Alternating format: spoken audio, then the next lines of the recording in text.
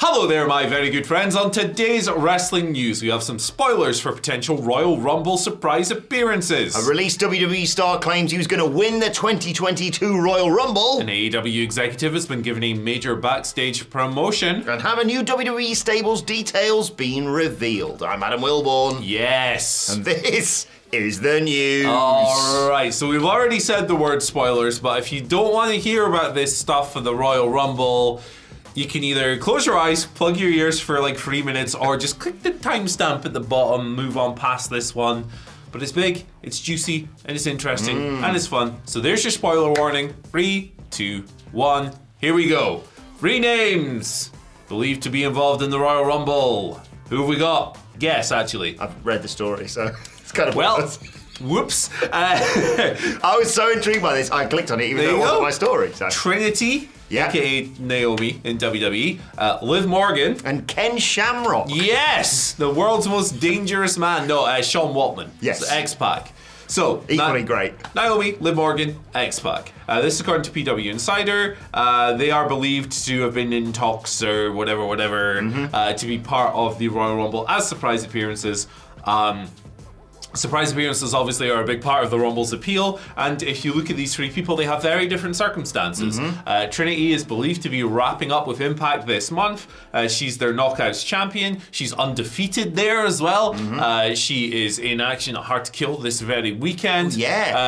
Not sure if she's going to do a TV taping after that. Maybe. You may end up with the weird situation where if they tape TV in advance, she ends up appearing for Impact like a week after she's been in the Rumble. Like Rick Rude all over again. Yeah, exactly. That would be really funny. Yeah. But yeah, that's her situation. She obviously left in 2022 because of some creative stuff. This would tell you that Vince and Johnny Ace were the problem, not WWE itself. Liv Morgan to be shocked. There you go. I know. What a stinker. Liv Morgan, she's been injured. She's been out of action. She's been off for a while. She's also been in a bit of bother with Lucifer's legumes, the Devil's lettuce, Beelzebub's basil. What else have we got here? I don't think you nailed it with that. Oh well, I believe her most serious charge was recently dropped. Yes. It's just that plant that grows in the ground. What on earth? Now and Sean Waltman, that's X-Pac. You don't need any more information. Yeah, there you go. Funny story about him, when we were at StarCast, I walked into the hotel where everyone was staying who was doing podcasts and stuff, and I was so excited about seeing X-Pac, I almost stood on his dog. I was like, oh my god, oh Jesus! He'd have killed you for that, He brother. would. He'd have split his own ass for a cat. What's the move called again? The Bronco Buster. Yeah, poor guy. I love Sean Waltman. Yeah. I have a very funny Sean Waltman story that I'll tell off camera later. I also like it's a good story, don't I also liked when he was doing the watch along for WWE when they did Hell in a Cell, and he was like, "What the hell's that?" Yeah. He's a fun guy. I'm surprised they haven't had him wrestle in some capacity. Yeah. Because he has wrestled in recent years. He's a name always linked with the Rumble. I hope it is this year. Yeah, personal favourite of many people in the office as well. Top boy. Hey, that's some good surprises. Well, let us know in the comments section what surprises you want to see in the Royal Rumble. When it comes to the Men's Rumble, we've got a video predicting all 30 entrants up already. That has some surprises in it. This week, we'll be doing the Women's match. Yeah. That'll have some surprises in it too, so keep an eye out for that Friday afternoon or Thursday. I haven't decided. Well, that's this year's Royal Rumble, Andy. But what about the 2022 Royal Rumble? Oh, gosh. Won, of course, by Brock Lesnar, and also featuring the surprise, especially to Ryan Satin, return of Ronda Rousey.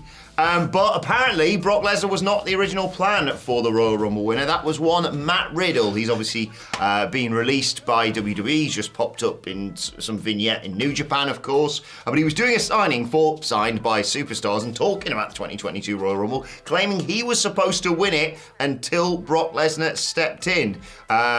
Bobby Lashley, of course, defeated Lesnar earlier in the show, and Lesnar went, yeah, I'll win the Rumble then.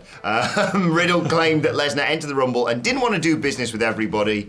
Nobody stood up to the former UFC heavyweight champion, including Riddle. Now, that's an alarm, just to remind you, if you can hear that these are just Riddle's words. There's no other evidence to support this. But yes, that's what he's claiming, Andy. Yeah, I don't believe a single word of that. I don't trust a word that comes out of Matt Riddle's mouth. So I call bollocks on this one. I just thought it was a fun story to put in the video. Yeah, I mean, he's speaking out of his ass, isn't he? Like, it would be a weird story true. when you think about how they led to WrestleMania and what, like, how that would have factored in. I have no idea. Like, he was really over at the time, and obviously RK Bro was like a big thing. But also, it's Matt Riddle. He's not a reliable narrator. Look at the way he left WWE and the thing with the police officer. Doesn't help himself. You know, it has happened. Matt left. He's just a weird guy, and like, look, he's got some really serious allegations against him as well that are super gross and awful. And beyond that, just an untrustworthy employee in general. So I couldn't care less about Matt Riddle. To be like, I love Japanese wrestling, love New Japan. I don't know why they've brought him in. Yeah, really. It led to a great, the eventual Brock Lesnar winning the Rumble did lead to a great moment at WrestleMania, though. Not necessarily the match, just the bit where Roman beat Brock and I grabbed a title off a small child. Shout, acknowledge him. I'm the tribal chief now. Yeah, that was it. Screw you, child. Yeah. So, like, I don't know. Like, obviously, if Brock Lesnar says I'm not good, you're not arguing with him. Obviously, unless you're Shane and you're insane. But that was like the only match they had before Steve Austin decided he was going to come out of retirement. Roman and Brock for Mania. It's not like they're going to put Matt Riddle in that spot. No. It is weird. That was only a couple of years ago, and now you've got like 12 possible main events for this year. Yeah, it's crazy. It's crazy, and one of them might involve Steve Austin. Yeah. Who knows?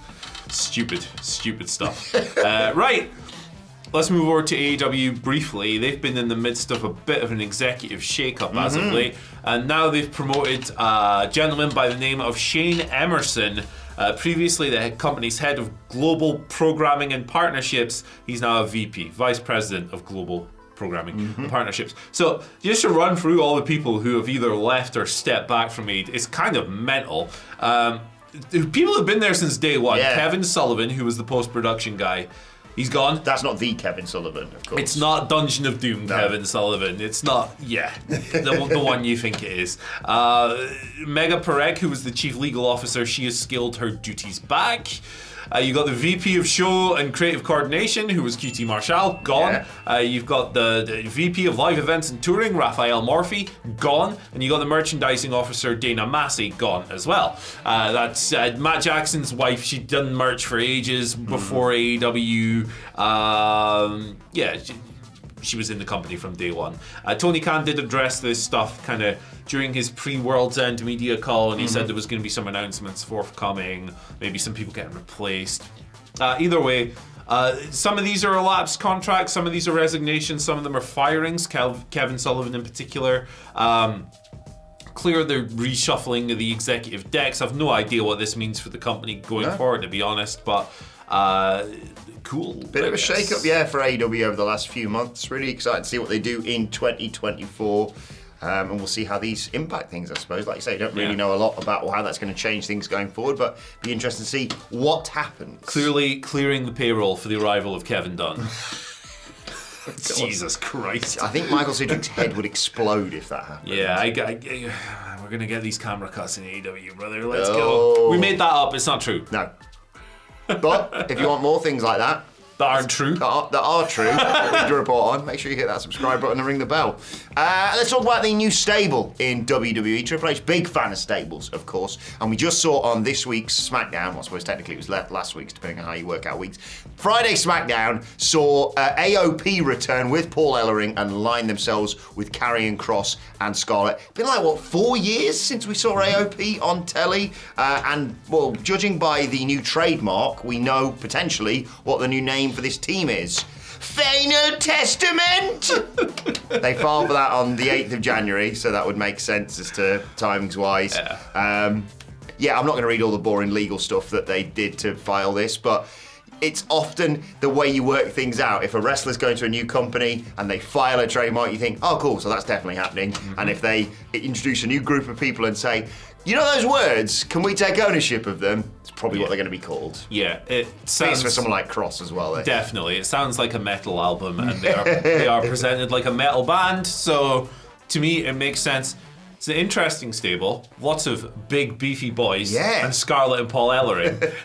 Like the addition of Paul Ellering. Vince getting rid of him the first time around was dumb. Yeah, I like Paul Ellering. He's such a creepy, weird guy, especially in 2024. His little glove. Bald legend, of course. Yeah. Bring back Rocco, perhaps, at some point. But yeah, I mean, I'll give it a chance. Like, I'm not the biggest cross guy in the world, admittedly, but I do think AOP are chaotic fun. It's a weird thing, isn't it? It's like, do you want to eat eggs and flour? No, I'm alright, thank you. Oh, I've mixed them together and made a cake. Wait a second, that's interesting now. I had no interest in Karrion Kross or AOP separately. Together, they look like they kicked ass, although Karrion Kross needs to change his finisher. It looks rubbish. He does, and if they're feuding with Big Bob and the Street Profits, I'm into that, because they rule, so... And if WWE are watching, we know they do, if they're looking for a new name for Bobby Lashley and the Street Profits, I actually came up with it on the podcast the other day. No one will be able to hear it because they aren't bloody working at the moment. Apologies for that, by the way. Technical difficulties with our podcast provider. But do you want I want them to be called? What's that? Bobby Lashley, the Street Profits, the Lash Street Kids. All right. Just get plug in and you're away. One for our British. Yeah, I was going to say the Americans are like, huh? Google it. Let's go. Our Dennis the Menace is so much better than yours. Hey, listen, new tag team. You know WWE love the throwing together women's tag teams. Shotzi, Naomi's back. Curly Watts. Curly Shots. I messed it up. I was just very happy. Because Naomi's got grey hair and she's got Shotzi. That is long-term booking on our news. Yeah, I messed it up. I love it anyway. Let's move on to your Twitter questions. At What Culture WWE, of course, you want to get in touch with us. First question today comes from Mike Gamel. Thanks, Mike, for the question. Whenever Rock faces Roman, we're not talking about WrestleMania necessarily, whenever it happens though, Andy, is there any chance that Ava, she hasn't got a surname, she's The Rock's daughter, costs her dad the match? Ooh. Think of the heat it would get. She could be corrupted by the Judgment Day. She's already been corrupted by Joe Gacy. Now she could be... That's finished now. Yeah. I think I've had enough of family betrayals for a while. Yeah, me too. And also, like... How do I say this diplomatically? Ava's not good. Like, she's not good on screen. She's not good in the backstage segments. I think she left the PC a little bit too early, and I think she needs a bit more work, especially if you're going to put her in a slot like this. Yeah, I hope that what they're doing in terms of, if you're not watching NXT, she's sort of become Shawn Michaels' assistant on there and helped sort of announce matches and what have you. I hope that's to allow her to take a step back from in-ring on telly, so she can get better in-ring. But yeah, I love the Bloodline. It's literally my favourite storyline, but... After, hopefully, Cody finishes the story at WrestleMania, I don't need any more family stuff for quite some time. Yeah, I agree on that front as well. But look, I've just said she's not good, and I think she isn't. But her dad wasn't very good in his first couple of years either, so... That's blue chipper right there. Yeah. You sure about that, Jim? Maybe she's waiting for the right presentation. Exactly. Maybe I'm being harsh. I probably am. Darren gives us our second question of the day. Cheers, Darren. Morning, gents. He says, should WWE even, I've read WWE as we, should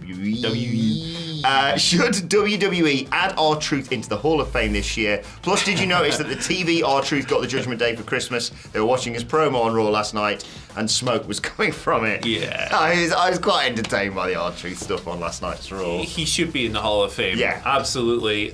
He's been there, well, I mean, obviously he was away in TNA for a while, but he's been there for so long. Yeah. And look, he's one in that he has been consistently funny in WWE for like over 4 decades. Well, he's not been there 40 years, but spanning several decades. He's consistently entertaining. He always makes the most of their crap jokes. Although the jokes are a bit better now that the creepy old man's not there.